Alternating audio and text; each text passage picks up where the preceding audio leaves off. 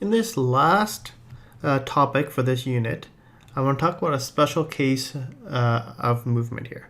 This is for when objects are falling through the air. So objects near the surface of the earth fall to the earth because of a force called gravity. A gravity is a pulling force that acts between two or more masses. Now, whenever we have an object moving through air, we encounter air resistance. What is air resistance? Air resistance is a friction-like force that opposes the motion of an object.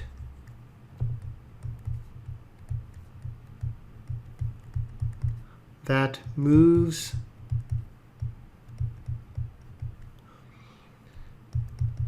through the air.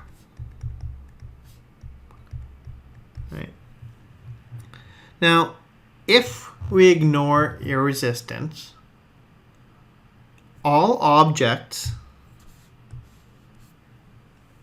on Earth fall at the same rate. This rate is 9.8 meters per second squared.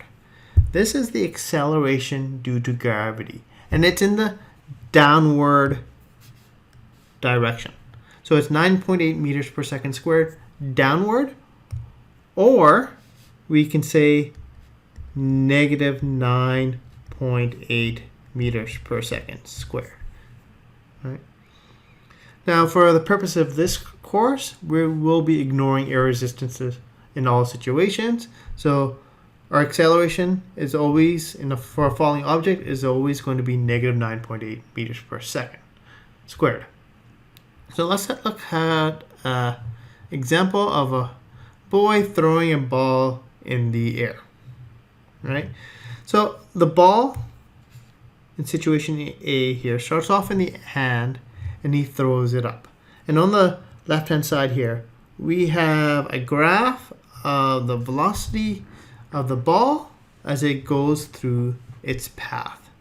As it leaves its hand, it's at its fastest speed until it reaches the very top of the arc. At that point, it's at point B, and it stops momentarily.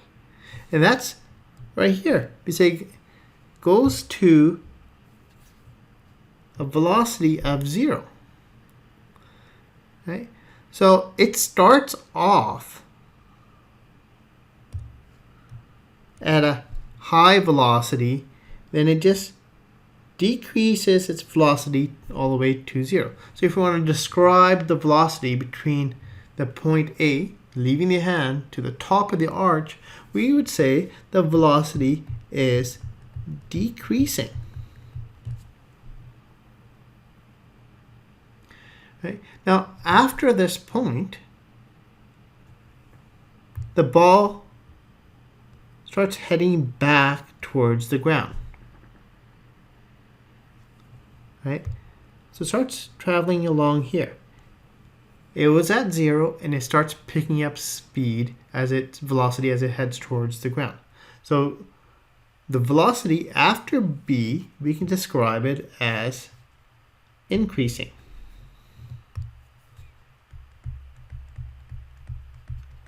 Okay. So the velocity is fairly easy to picture, right? We've been throwing balls since we were young children, right? Now let's talk about acceleration. What is the acceleration in each one of these situations, right? I'm just looking for positive, negative, or 0, or not the actual acceleration, right? So as it leaves the hand, you know it's slowing down, right?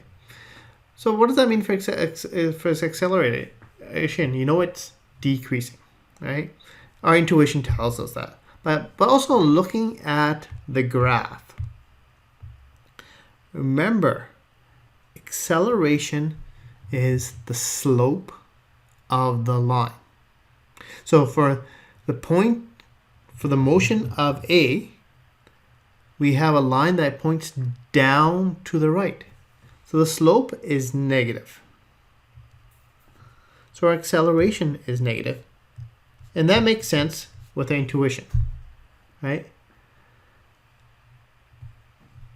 And we can say it's at point B, it's negative as well, because the slope there is negative at point B. And what's the acceleration after point B during section C? Well, it's still the same line, right? It's still the same slope, right? The slope is still negative, right? In fact, you can see that the slope is constant through this line because the acceleration, the only acceleration that the ball is receiving is from gravity, which is negative 9.8 meters per second squared, right? So we have equations that relate acceleration, velocity, and time, which we just talked about in the previous day's notes, right? Now, for objects falling, we use the same equations. The only change that we make is our acceleration is always negative 9.8 meters per second squared, because that is a constant. For falling objects, our acceleration is always negative 9.8.